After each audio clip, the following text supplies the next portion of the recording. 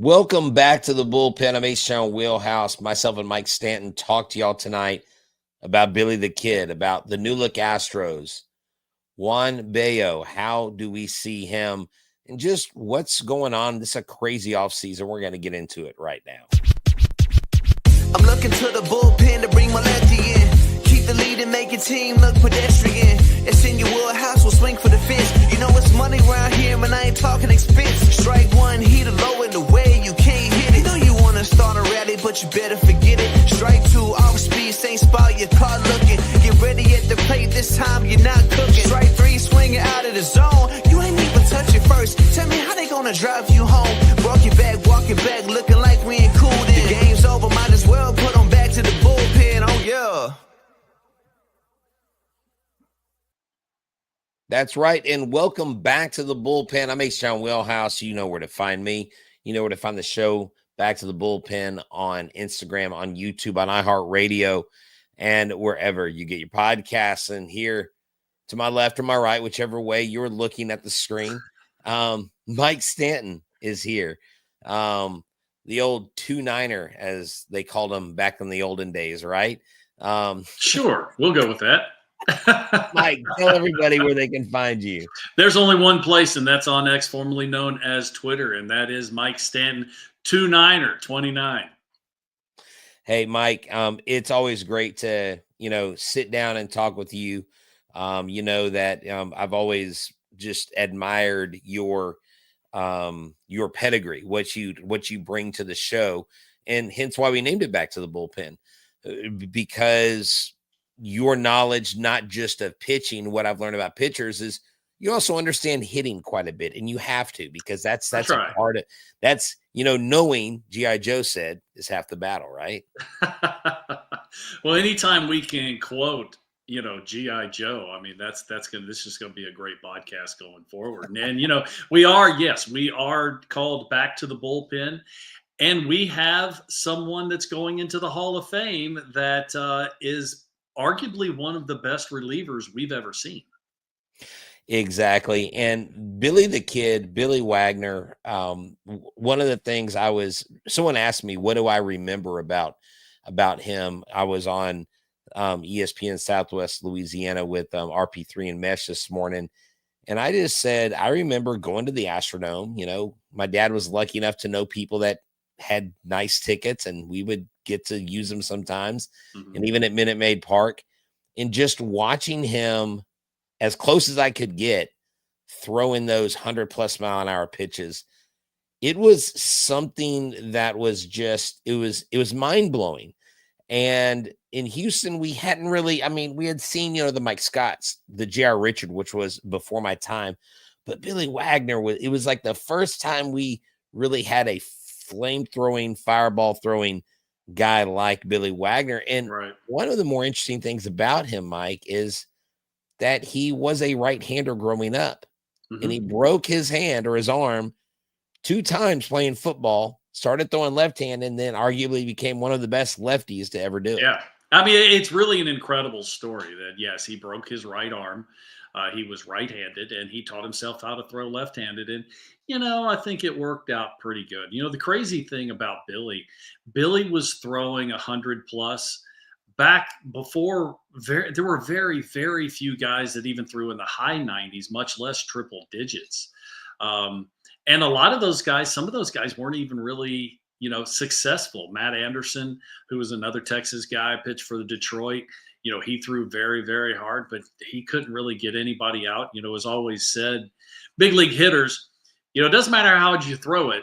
If you don't put it in the right spot, it's going to be hit. Same thing's going on now. But even back then, when other guys weren't throwing all that hard, Matt just didn't know where the ball was going, and, many times had an ERA north of 5. Well, guess what? Billy never did that. The crazy thing about Billy was Billy still is not a big dude. This is not a guy that's, 6'4", 6'5", long levers. One of the first things, the very first time I met Billy back in the 90s, it was crazy. I shook his hand. I was expecting to have a big old bear claw, go halfway up my forearm.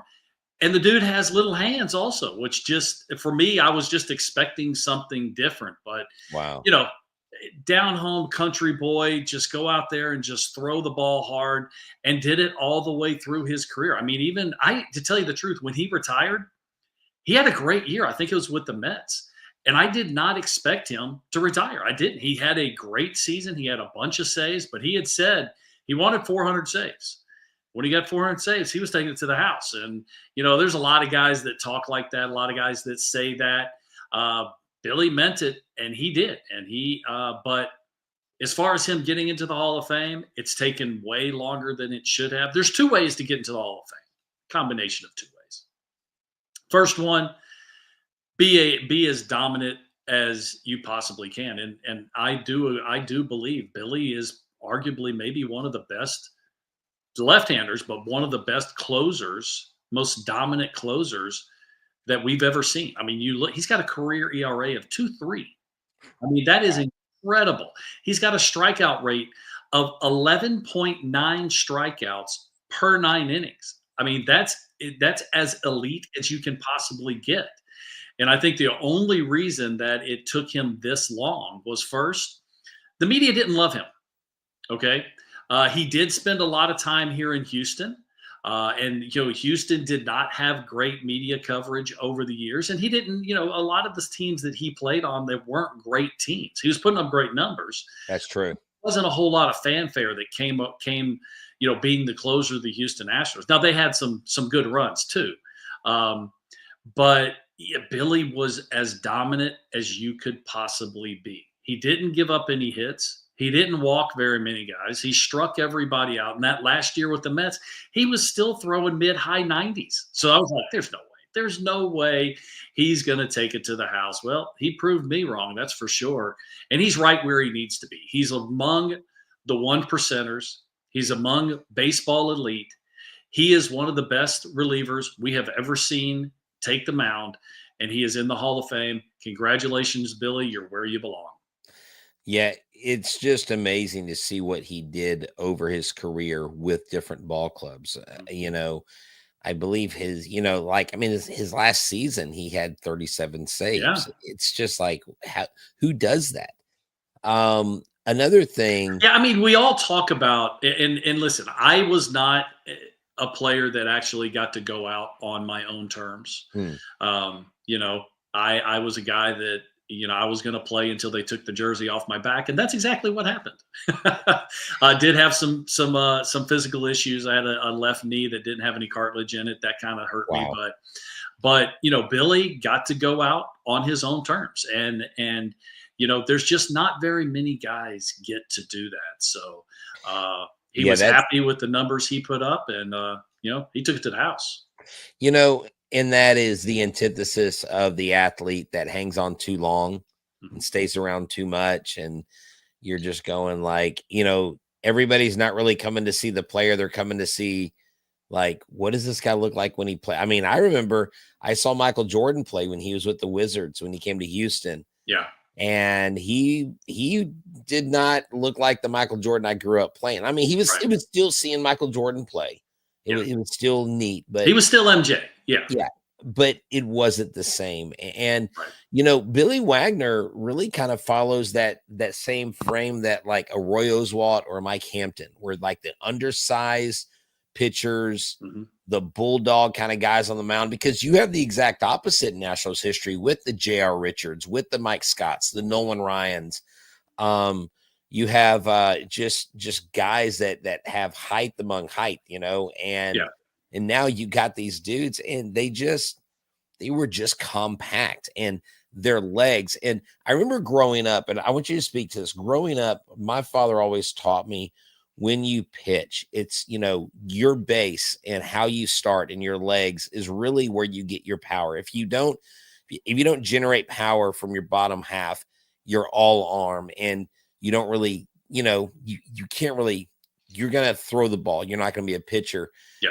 These guys like Billy Wagner, use every bit of strength in their legs, and it really showed. And that's where you get that velo. Yeah. And is that a true thing? Was that good coaching on my dad's behalf, talking about it is. It's that's, I ask pitchers all the time, where does power come from?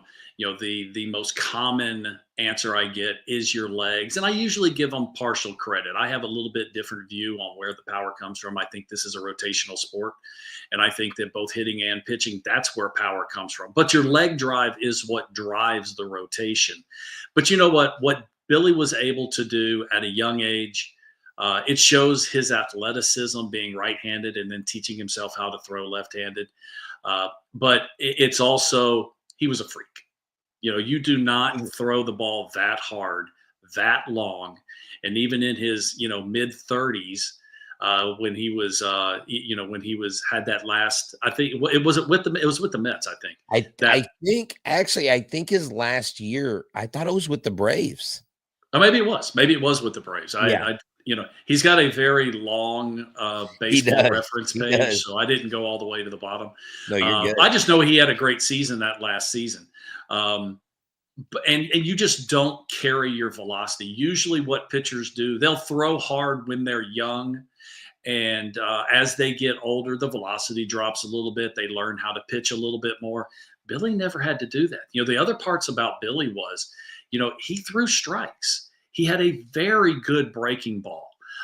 Even a changeup here and there, but it was mostly about the old number one at the top of the zone and just let it fly. I mean, he was a freak of nature to do what he did. And there's not very many guys like that, meaning, not the biggest in stature, but carrying high velocity. Pedro Martinez, the reason the Dodgers let Pedro Martinez go way back in the early 90s was because they didn't think he was going to hold up. He was too little. He threw too hard. There was too much violence in his delivery. Now, they swung and missed on that one, but Pedro ended up being, arguably one of the best right-handers to take the mound, and Billy has been one of the best left-handers to ever take the mound. That's right. And my friend Ramesh says the impressive thing is that he left millions of dollars on the table. Today's game offers generational wealth. It makes him special. And right here, and I have that information right here because it was with the Braves. Yeah. So he agreed to a 1-year contract worth $7 million. That included a $6.5 million vesting option for the 2011 season. Mm-hmm. In 2010, on April 30th, Wagner revealed to the world he would retire at the end of the 2010 season to spend more time with his family. In a game with the versus the Tigers on June 25th, Wagner achieved his 400th career save. After the game, like you said, he told reporters that he still planned to retire after the 2010 season. And on July 11th, Wagner was selected as an injury replacement for the 2010 National League All-Star roster, but he declined due to an ankle injury. He played the final regular season game, October 3rd, 2010, where he struck out the final 4 batters he faced, the last 3 whom he struck out looking. Here's the thing. Wow. He had one of his best careers, not the best, but one of his top 3 or 4 best years of his career, his last year. That was at 38 years old. Okay. He pitched in 71 baseball games. That's a huge number for anyone, but especially for a closer. A 1.43 ERA. He gave up 38 hits in 69 1/3 innings, striking out 104. Wow. I mean, and that's why he had this season, and it's like, there's no way. The dude's as good as he has ever been, but it just shows stronger. What was important to him. He wanted to go home. He loved baseball, but there were other things in his life that he wanted to do. So congratulations on hanging it up. But I think that's the only reason why, you look at, Mariano with his 600 saves, Trevor Hoffman with his 600 saves, some of the other guys that had gotten in, and you go, okay, but Billy's only got 400. Yeah, but he was more dominant than anyone else, especially in the era in which he pitched, which was, the live ball era, the late 90s when all the home runs were being hit. Yeah. All that kind of stuff. The dude was putting up ridiculous numbers year in and year out. Yeah, he definitely countered the steroid era and did it successfully. And can't hit a homer if you don't make contact. That's right. Go. Well, and I think it speaks to also just the fact that, someone said, well, he didn't have the innings. And I remember, I think it was Tom Verducci on MLB Network said, Yeah. yeah, but he was out there in the most important inning of the game. And when he was called out there, he was so dominant. Yeah. And it was going to take, Mariano, it was going to take Trevor, it was going to take these guys getting in front of him. True. Because I said there's two ways of making the Hall of Fame. The first way is by being one of the most dominant players in baseball history. The second way is going to be through longevity. Now there needs to be quality that goes along with the quantity. And this was what the argument against Billy was. Well, he just didn't have as many innings. Yeah, but he dominated the innings that he did pitch, and he still had 900 innings. It's not like he's getting into the Hall of Fame with 300 or 400 innings. He was still, he was still putting out there for a long time. So, I mean, it's a valid argument, or it's a valid conversation. But Billy is where he deserves to be, and that is among the greatest to ever play in the Hall of Fame. Yeah, I agree. Billy Wagner definitely deserves it. And out with the old, in with the new. The Houston Astros. As the Alex Bregman saga continues, we'll get to that in a second. But you've got new players. You've got Juan Bueno, a highly touted 20-year-old that hasn't pitched higher than high A ball, right? But has a lot of promising stuff. Talk about this Juan Bueno kid, because we got him for Ryan Presley, who we also sent $5.5 million to the Cubs for, but for all intents and purposes, Presley had a negative trade value because of the $14 million, not because of who he is, right? Because Ryan Presley was absolutely every bit of effective and fantastic as you could be as a closer. And I just saw the writing on the wall last year when they signed Josh Hader. Sure. I figured that was going to be Presley's day was going to end sooner. I thought it was going to be sooner rather than later. I guess it did happen, but this Juan Bueno kid, we do get somebody back. They did insert him into the top 30. He's 23 now in the Astros system. So we have two Cubs in our system, which makes our system automatically more valuable. Sure. So Juan Bueno, he's only 20 years old. He has been in professional baseball for a couple seasons. It's got a good fastball. It's not a blazing fastball. He does what I like about it is the Astros are going to say, yeah, he strikes out more than one an inning. Everyone loves the strikeout. Right. He doesn't give up a whole lot of hits. What I like about it is to do those strikes. You saw, less than 8% walk rate. That's outstanding, especially for a guy that's 20 years old. He's a little different. Okay. He's got a nice breaking ball. The fastball can play both at the top of the zone and at the bottom of the zone. It's got a nice breaking ball that's got some depth to it. But he'll mess around with his delivery. He will hesitate. He's got a little bit of Johnny Cueto in him, and he's only 20 years old. So that just shows that he's very comfortable with how he throws the ball and his ability to throw the ball into the strike zone. Now, what does he project? He's been starting. I'm sure he's going to continue to start, but we'll just have to wait and see. I would still say he's relatively a long shot to make the big leagues, but just because he hasn't pitched in the higher the higher parts of the minor league system. He hasn't been AA, hasn't been AAA. But we'll have to wait and see. He throws strikes. He's got pretty good stuff, and he's put up good numbers. So I understand why the Astros wanted to bring him back. As far as Ryan Presley, listen, Ryan Presley, this is going to go down as one of the biggest trades the Astros have ever made, bringing in Ryan Presley. You got to remember, you brought him in as a setup man.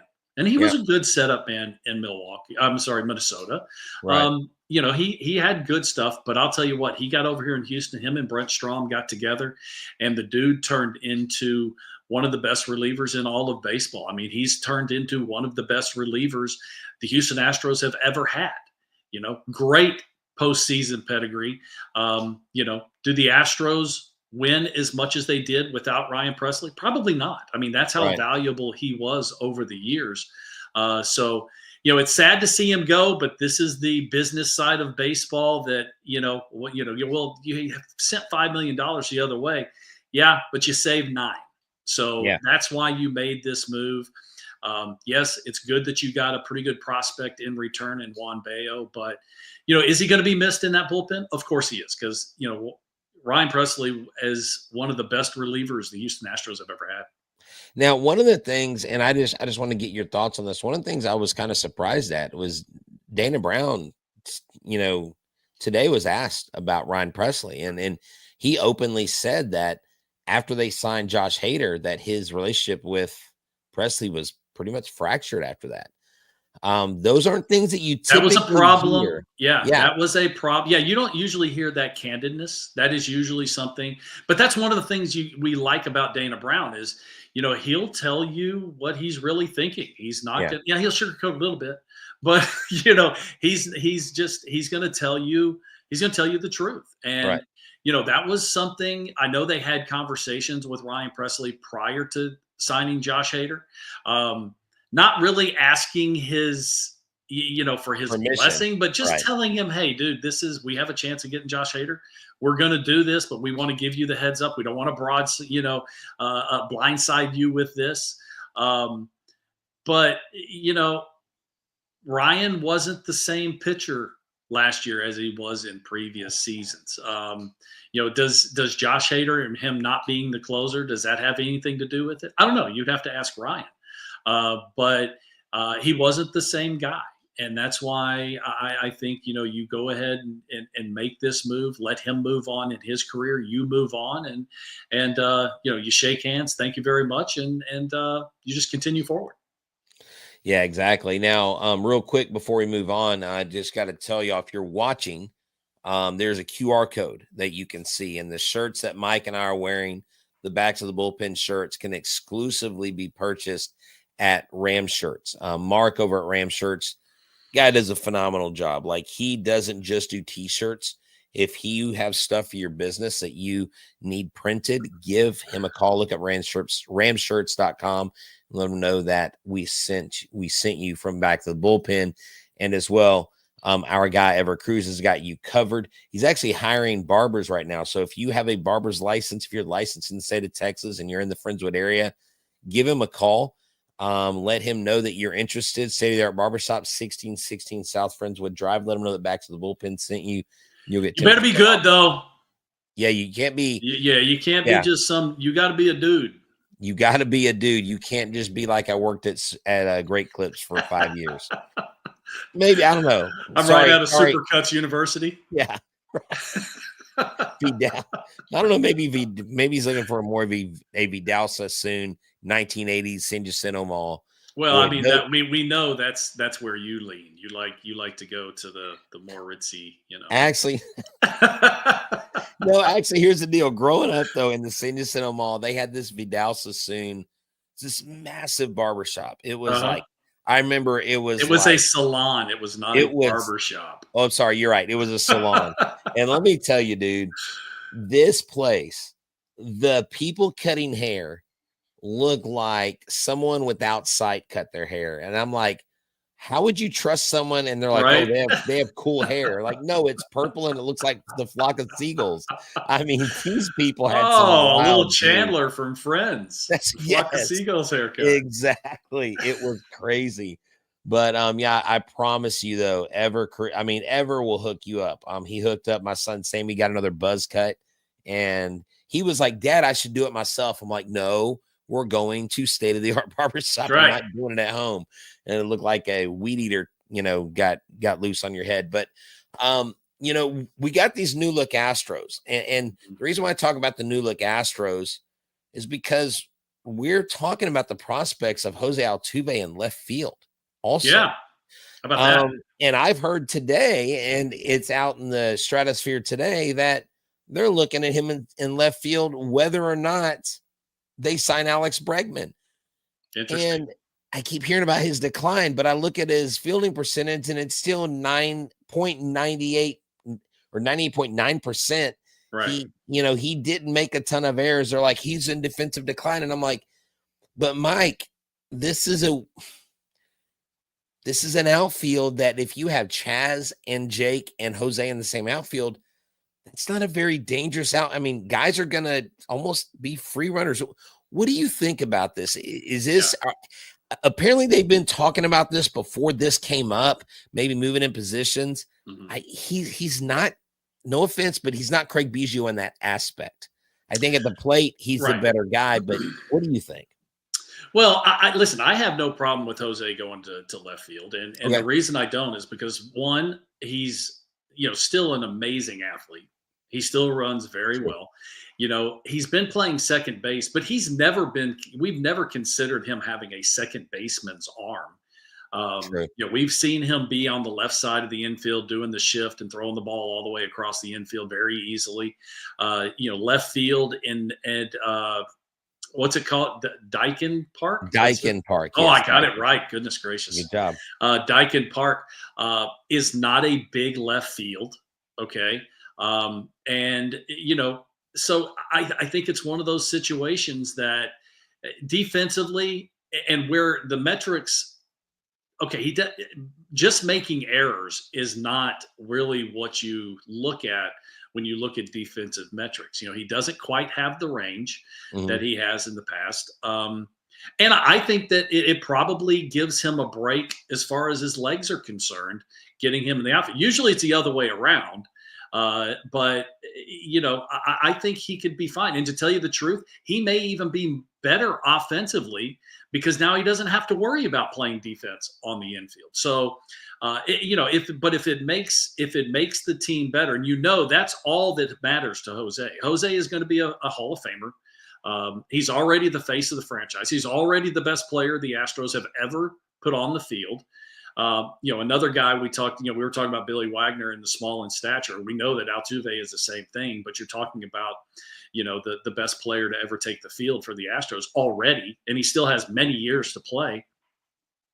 So I don't think that that's a bad idea. And Jose, we heard reports that Jose saying, yeah, I'll move to left field. I might, it might have been a situation that he brought it up. I just don't, if it's going to make the team better, Jose is going to be on board. It's funny. One of the reporters asked Jose Altuve, have you ever played outfield? And he goes, have you seen me? I'm like, and of course someone, I mentioned this on Locked On the other day. Someone had taken a picture of Altuve jumping up for a ball, and they had put him where he was robbing a home run over the Crawford boxes. There you go. Over the Crawford boxes. Where his body was halfway over the yellow line, making the catch. Yeah. But this is going to be, it's going to be an interesting season. I actually talked to Yainer Diaz's agent today, and I was talking to him about Yainer, about his off-season workouts, and I said, hey, how is Yainer feeling? He's like Yainer is ready. He said Yainer has worked his tail off. Hopefully he gets talked to him this weekend. I'll be going to the TriStar sports show on Sunday, where they're going to have Billy Wagner signing, Jeff Bagwell, Craig Biggio, Yainer Diaz. A bunch of legends are going to be there. Ryan Sandberg, some other people. Emmett Smith's going to be there on Sunday, I think. And so, but yeah, it'll be neat to catch up with Yainer. But apparently, from what his agent's saying, like, he is good to go and he's been working hard. I think you're going to see Yainer not just have a good season at the plate, but I think he's going to have a good season behind the plate as well. And I think it's important because you got Hunter Brown. I mean, Mike, let me ask you about this. Hunter Brown. You have Spencer Arrighetti, who is, I think, projected to have a very solid year this year. And then you have Framber Valdez. You have three guys that if they do what they did in the second half of the season, you could have three guys that have the potential to all garner top 10 votes in a Cy Young race. I'm not saying all three of them at the same time but you have guys that have that potential this year.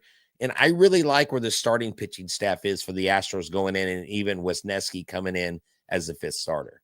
Yeah, I'm not really ready to put Spencer Arrighetti in that category yet. Okay. I think Framber, we know that Framber has the stuff, and if he's got the sinker where it needs to be, and he's ground balls. He's one of the best in the sport.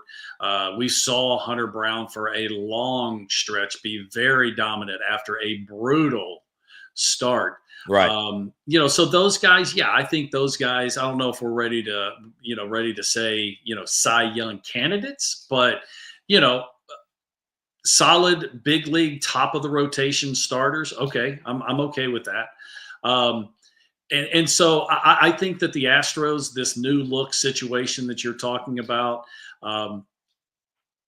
listen, there's always a turnover. And when you have a team that's been as good as the Astros have been for as long as the Astros have been, there's always going to be guys that come and go. And at some point, general managers have to make tough decisions. And, the tough decision that was made recently was trading, arguably one of the best relievers to ever be in this organization in Ryan Presley. Right. But that's the kind of thing you have to do to try and elongate the run that you're on. So it's going to be a different look. Are the Astros picked to win the World Series? No, they're not. But that doesn't mean anything. Picks mean absolutely nothing. Are they still the team to beat in the American League West? I think so. Yeah. I think there is going to be some competition, but I think there's also some teams in the West that have taken steps backwards. So we'll just have to wait and see how the season works its way out. Once you get to the playoffs, we know that anything can happen from there. Yeah, exactly. I think the Astros easily can carve themselves out getting to the ALDS. I think the ALCS is reachable too. Obviously, when you get to the World Series, you have the Titans of the National League, and right. They're going to all. Well, that's the crazy thing about this offseason is the National League has gotten nothing but stronger. It is incredible. All go down the list of the best players in this sport. Most of them are in the National League. Juan Soto, Shohei Ohtani, Sasaki, Kyle Tucker. Yeah. I mean, all of them went to the National League. Yeah. Which, hey, as an American League guy now, I'm fine with it. Y'all beat each other up. Y'all have a complete bloodbath. You get to play everybody, though. You still got the. Well, that's true. You do still play everybody. But when it comes to the playoffs, you don't have to worry about facing the Dodgers in the divisional round. Mm-hmm. But, the way the Dodgers have set things up, man, for them, honestly, this is my take on them. If they don't win a record number of games, and if they don't win the next 4 World Series, I mean, come on, let's just call a spade a spade. What they put together is a super team, and expectations are even higher than they've ever been. Oh, yeah. Yeah, the expectations aren't them winning the World Series. The expectations of them being the next dynasty. And that is some heavy, heavy lifting, heavy weight to carry on your shoulders going forward. And to tell you the truth, how often does the best team in baseball win the World Series? It doesn't happen very often. It does occasionally, but doesn't happen very often. There's so many things that can happen inside the baseball season, and dealing with those kind of pressures. I played for a team that if you didn't win the World Series, it was not a successful season, and that's exactly where the Dodgers are. And they're going to be asked questions about that from day one of spring training and every day moving forward. So that makes things very difficult because you're going to have injuries. You're going to have lack of performance. There's going to be, that's why the best team doesn't always win. So we'll have to see, but they've put together quite a roster, to say the least. Yeah, I was going to ask you about that. Maybe, I don't know. Okay, so those Yankees teams, were they considered super teams? First question. Second question. Okay, but you guys just had the expectation where you had the NY on your cap and you had the pinstripes, and that was your expectation. With the Yankees, you're supposed to win. Right. So in those 3 seasons, did y'all have the same mindset going into each spring training? Was it, we're just here, it's another year, we got to win more games than everybody, get to the playoffs? Or did you feel the pressure in that 3rd year? Did you, or how did y'all like manage those emotions in those 3 seasons? So you got to remember, it wasn't just those 3 seasons. They won in 1996. True. The World Series. '97, we got knocked out by the Cleveland Indians. And, Mariano giving up the opposite field home run to Sandy Alomar. Wow. And the Indians had a powerhouse lineup. And, but we went in to the '98 season with a chip on our shoulder, not because we just felt like there was unfinished business, and we did not finish what we were supposed to do. We come out in 1998, and we were arguably one of the best teams to ever take the field. Were we the best team when you went position by position? Were we the best team in Major League Baseball? No, we were not. But when you put us all together, the whole sum of the parts, it was incredible. And that team, we end up winning more games than any team ever in Major League Baseball history when you put the postseason together. We went 125 and 50, 75 games over 500. And yeah, it's just crazy to look back at it. And then going forward there, the expectations weren't put on us by the public. It wasn't put up by the fan base. It wasn't put on us, put on us by George Steinbrenner. Right. We put the pressure on ourselves. And that's really where it was coming from. And a lot of it, even though he was a very young player at the beginning of that run, Jeter, he said the whole time, if we don't win the World Series, we did not have a good season. And that was our mantra all the way through, even 2002, 2001, we lost to Arizona. Right. And then, 2002, we lost to, ends up being the World Series champion in the Anaheim Angels. And they were a very good team. But through that whole run, that was just the way, it was. You put on the pinstripes at that time, any player you brought in at that time, you better think about winning. You better think about what you need to do to help the team win. And did we all get along? Of course not. We had issues in the clubhouse just like everybody else did. Right. But once the lights came on, you crossed the white line, it was all about the Yankees winning.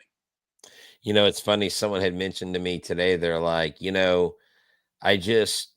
said, I remember when I thought that maybe the Yankees were going to try to go after Bregman. But my first thought was, wait, Bregman is a traditional slow starter. He goes, he would get run out of there in April because that Yankee look what Giancarlo Stanton went through. True. One thing that people don't remember, when the Yankees got Giancarlo Stanton, he signed that big contract. They had no idea. They had no idea what he was going to be, because he had just been hit in the face by Astros favorite Mike Fiers. And that was the end of the season prior. They traded him in the offseason, and they had no idea what he was going to be. And he got off to a rough start many seasons. And the fan base was very difficult, especially when it comes to the big contracts and all that kind of stuff. The fan base can be tough, especially if you don't get off to a good start. Exactly. So we've got pitchers and catchers reporting on February 13th for the Houston Astros. I know, again, talking to Diaz's agent, I know right after he signs at the TriStar show, he's flying to West Palm. I talked to Hayden Wesneski, got to sit down with him, interview him. He's leaving this weekend as well. A lot of the guys are going out like a week before. Cam Smith, who was a major league invite, or who was a minor leaguer who got an spring training invite. Yeah, spring training invite. He's been down in Tampa actually training with Kyle Tucker, which is kind of cool, which is kind of neat to see. I'm like, yes, Cam, please work with Kyle Tucker. He's a very good hitter. But leading up to this, getting ready, are you just trying to lock in mentally and physically? Or are you just trying to tie up loose ends before you head out? Because this is when you separate yourself from your family, you go down, and now your family are the guys that wear the same uniform as you. Yeah. It really depends on where you are in your career. If you're a young guy that you don't have, you don't have a wife and kids yet, maybe you own a home, but it's just different. Once you have a wife and kids, it makes it much tougher to get yourself mentally prepared to go to spring training. But, as far as leaving, the thing is, once you get down there, maybe even once you get on the road, you get by the anxiety of the buildup of the leave. You get with the guys down in spring training, then everything's good. So right now, what you're doing is first, you're trying to stay healthy. You don't want any last minute injuries right before spring training starts. Right. Bullpens, pitchers are throwing bullpens, hitters are taking their swings. They're doing, taking ground balls if they can, as far as where they live in the country. But it's just one of those things that, there's a buildup. I know back when I was still playing, the end of the off season was the Super Bowl. The Super Bowl is always right at the end of January. Yep. And that was like, okay, off season's over. We got a couple weeks. Now it's time to, start packing or doing whatever. Now it gets later and later. But it's an exciting time of year. It's great to get back into the clubhouse with the guys, and you get in there for a grand total of about 37 seconds, and it's like you guys were never apart. Wow, that's how close these guys are. That's how, you start picking on each other. You start ragging on each other. You start having fun again. And, hey, it's time to strap it on. Well, it's just like, when summer break is over for the kids, right? Sure. And, I think it's funny. I remember several years ago, I had a couple students that, like, I literally assumed that they maybe lived on opposite sides of the town or whatever. Mm-hmm. Kind of find out they lived right next door to each other. But when they got to school together, you would have thought they hadn't seen each other all summer, yet they had been at each other's house. They've been hanging out every single day. Yeah, someone told me, like, they're next door neighbors, and I'm like, oh my gosh, it looks like one went to Alaska and the other stayed here. That's hilarious. But that's and then shortly after that, February 19th, I believe is your first full squad workout. Full squad. Yep. And we're gonna start seeing, and we'll get some stuff to talk about when camp starts. Looking at these pictures, and we did get some updates over FanFest. Garcia and JP France are both eyeing All-Star break or beyond to come back.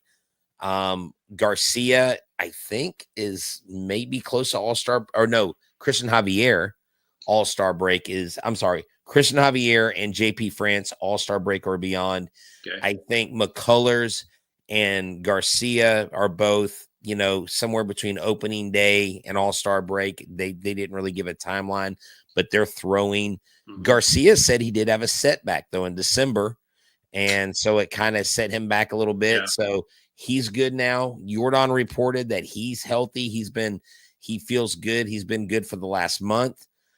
So that's a good thing. So you've got the health of the players, which is first and foremost, just getting back. And look, I would encourage people, Mike. I went to my first spring training ever a couple seasons ago with my son, and it's a blast. And you get up close with the players, and they talk to you, and the guys like Bagwell and Bijou are there, and they sign autographs. And if you are one of those type of fans and you want to do that, I say go do it. And if you go to early morning practice before the game, and then stay for the game. And it's just neat. Go to the minor league fields.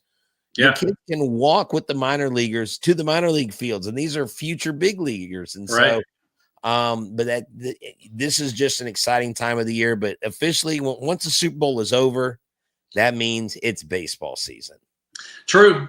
And it's something that, we've been waiting for months through this off season.